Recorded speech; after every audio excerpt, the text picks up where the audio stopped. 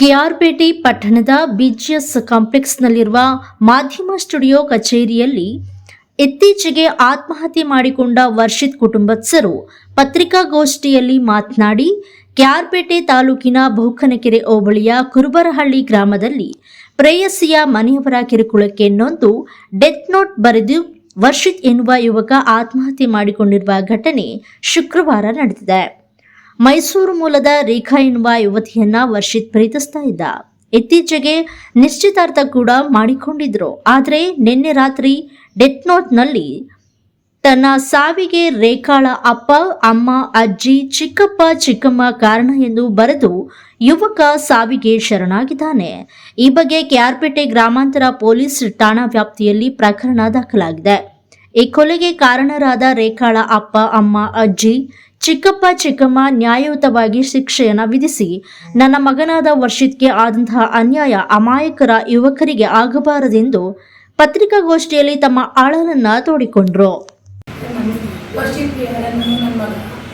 ನನ್ನ ಮಗ ಮೈಸೂರಲ್ಲಿ ರೇಖಾ ನೌಕರಿ ಇಷ್ಟಪಟ್ಟಿದ್ರು. ಬೆಟ್ಟದ ಕೂಡ ಕೆಲಸ ಮಾಡ್ತಾ ಇದ್ದಾರೆ. ರೇಖಾ ನೌಕರಿಗೆ ಏನೋ ಕಾರಣದಿಂದ ಕಳ್ಸ್ಕೊಂಡು ಅವನಿಗೆ ಮಾನಸಿಕವಾಗಿ ದೈಹಿಕವಾಗಿ ಅಡ್ಲೆ ಮಾಡಿ ಅವರೇ ಆಸ್ಪತ್ರೆಗೆ ಅಡ್ಮಿಟ್ ಮಾಡಿ, ನಾನು ಆ ವಿಚಾರನ ನನ್ನ ತಮ್ಮಗೆ ಮತ್ತು ನನ್ನ ದೊಡ್ಡ ಮಗ ಅವ್ರಿಗೆ ಹೇಳಿರ್ತೀನಿ. ಅವರೇ ಹೋಗಿ ಅವರು ಕರ್ಕೊಂಡು ಬಂದಿರ್ತಾರೆ. ಕರ್ಕೊಂಡು ಬಂದು ಅಲ್ಲಿ ಮನೆ ಹತ್ರ ಹೋಗಿ ನ್ಯಾಯ ಕೇಳಿದಾಗಲೂ ದೈಹಿಕವಾಗಿ ಅಡ್ಲೆ ಮಾಡಿರ್ತಾರೆ. ನನ್ನ ತಮ್ಮನೇನು ಮಾಡಿರ್ತಾರೆ. ನನ್ನ ಚಿಂಟು ಏನಿರ್ತಾನೋ ಪೆಟ್ ನೇಮ್ ಚಿಂಟು ಅಂತ, ಅವ್ನು ಚಿಂಟುಗೆ ಏನು ದೈಹಿಕವಾಗಿ ಅಡ್ಲೆ ಮಾಡಿರ್ತಾರೋ ಅಲ್ಲಿಂದ ಸಮಾಧಾನದಿಂದ ಕರ್ಕೊಂಡು ಬಂದಿರ್ತಾರೆ. ನನ್ನ ದೊಡ್ಡ ಮಗ ಮತ್ತು ನನ್ನ ತಮ್ಮ ಸಮಾಧಾನದಿಂದ ಕರ್ಕೊಂಡು ಬಂದು ಬೆಳಗ್ಗೆ ಅಜ್ಜಿ ನೋಡಬೇಕು ಅಂತ ಅಂದಾಗ ಕುರ್ಬಡಿ ಇವತ್ತು ಕರ್ಕೊಂಡ್ಬರ್ತಾರೆ. ಕುರ್ಬಡಿ ಕರ್ಕೊಂಡು ಬಂದು ಏನೋ ಸಮಾಧಾನದಿಂದ ಮಾಡು, ಬೆಳಗ್ಗೆ ನಾನು ನಿಮಗೆ ನ್ಯಾಯ ಒದಗಿಸ್ಕೊಡ್ತೀನಿ ಕಣಪ್ಪ ಅಂತ ಹೇಳಿರ್ತಾರೆ. ಹೇಳಿ ಹಂಗೆ ಏನು ಬೆಳಗಾನ ನಿಂತ್ಕೊಂಡಿರ್ತಾನೆ. ನನ್ನ ಅಕ್ಕನ ಮಗ ಮನ್ಗಿರ್ತಾನೆ.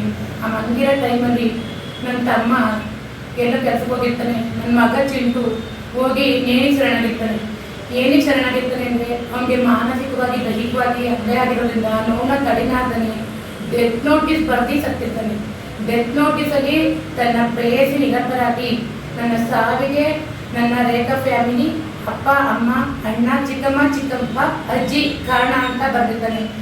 ಬರ್ದಿರೋದನ್ನ ನಾವು ಅಲ್ಲೇ ಸ್ಟೇಷನ್ಗೆ ವರದಿ ಒಪ್ಪಿಸಿರ್ತೀವಿ. ವರದಿ ಒಪ್ಪಿಸಿದಾಗ ತನಿಖೆ ನಡೆಸ್ತಾ ಇರ್ತೀವಿ. ಅವರು ನ್ಯಾಯ ಒದಗಿಸ್ಕೊಡ್ತಾರೆ ಅಂತ ನಾವು ನಂಬಿರ್ತೀವಿ. ಈಗ ನಮಗೆ ಅದು ತನಿಖೆ ನಡೀತಿರೋದ್ರಿಂದ ಮಾಧ್ಯಮದಿಂದ ನಮಗೆ ನ್ಯಾಯ ಒದಗಿಸ್ಬೇಕು ಸರ್. ಯಾಕಂದರೆ ಯಾವುದೇ ಬೇರೆ ಗಂಡು ಮಕ್ಕಳು ಶೋಷಣೆಗೆ ಒಳಗಾಗಬಾರ್ದು. ಎಲ್ಲ ಮಕ್ಕಳು ನಾವು ಕೆಟ್ಟವರು ಅಂತ ಹೇಳ್ತಾರೆ, ಎಲ್ಲ ಮಕ್ಕಳು ಒಳ್ಳೆಯವರು ಅಂತ ಹೇಳ್ತಾರೆ. ನನ್ನ ಮಗ ಏನೊಂದು ನನ್ನ ಹತ್ರ ಶೇರ್ ಮಾಡ್ಕೊಂಡಿರ್ತಾನೋ ನನ್ನ ಮಗುಗೆ ಇದರಲ್ಲಿ ನ್ಯಾಯ ಸಿಗಬೇಕು.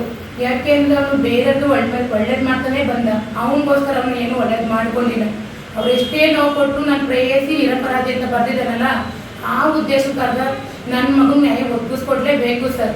ಯಾಕೆಂದ್ರೆ ಅಷ್ಟು ನೊಂದು ಬೆಂದು ನನ್ನ ಹತ್ರ ಕೇಳ್ಕೊಂಡಿದ್ದೆ. ನಾನು ಏನಂತ ಹಿಂಗೆ ಎಲ್ಲ ಹೊಡ್ತಿದ್ದಾರೆ, ಬನ್ನಿ ಮಾವ ಕಾಪಾಡಿ ಅಂತ ಕೇಳ್ಕೋಬೇಕಾದ್ರೆ ಕರೆ ಕಟ್ ಮಾಡಿರ್ತಾರೆ.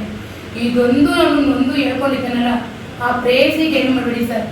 ಅವ್ರ ಅಪ್ಪ ಅಮ್ಮ ಏನು ಹೆಸರು ಮೆನ್ಷನ್ ಮಾಡಿರ್ತಾರೋ ಅವ್ರಿಗೆ ನ್ಯಾಯಯುತವಾಗಿ ಶಿಕ್ಷೆ ಆಗಬೇಕು. ನನ್ನ ಮಗನ ನ್ಯಾಯ ಸಿಗಬೇಕು. ನನ್ನ ಮಗನ ನ್ಯಾಯ ಸಿಗೋದಂತ ಬೇರೆ ಯಾವ ಮಕ್ಕಳಿಗೂ ನ್ಯಾಯ ಸಿಗಲ್ಲ ಅಂತ ಅಂದ್ಕೊಂಡಿದ್ದೀನಿ. ಈಗ ಯಾವ ಮಕ್ಕಳವಳು ಆ ಮಕ್ಕಳಿಗೆ ಇನ್ನೊಬ್ಬ ಅಳಿಯ ಬರ್ತಾನೆ. ಆ ಮಗುಗೂ ಈ ಸ್ಥಿತಿ ಬರೋದು ಬೇಡ. ಆ ಒಂದು ಹುಡುಗನು ಕೂಡ ನನ್ನ ಮಗ ಆಗಿರ್ತಾನೆ ಅಂತ ಅಂದ್ಕೊಂಡಿರ್ತೀನಿ. ಆ ಮಗುಗೆ ಈ ಶಿಕ್ಷೆ ಆಗಿರ್ಬೇಕು. ಬೇರೆ ಯಾವ ಗಂಡು ಮಕ್ಳಿಗೂ ಈ ರೀತಿ ಶೋಷಣೆಗೊಳಗಾಗೋದು ಬೇಡ ಅಂತ ನಾನು ದಯವಿಟ್ಟು ಮನೆಯಿಂದ ಕಳೆಯಿಂದ ಕೇಳ್ಕೊತಿದ್ದೀನಿ. ಬೇರೆ ಯಾವ ಗಂಡು ಮಕ್ಳಿಗೂ ಈ ರೀತಿ ಶಿಕ್ಷೆ ಆಗೋದು ಬೇಡ. ನನ್ನ ಮಗುಗೆ ದಯವಿಟ್ಟು ನನಗೆ ಈ ಮಾಧ್ಯಮದಿಂದ ನ್ಯಾಯ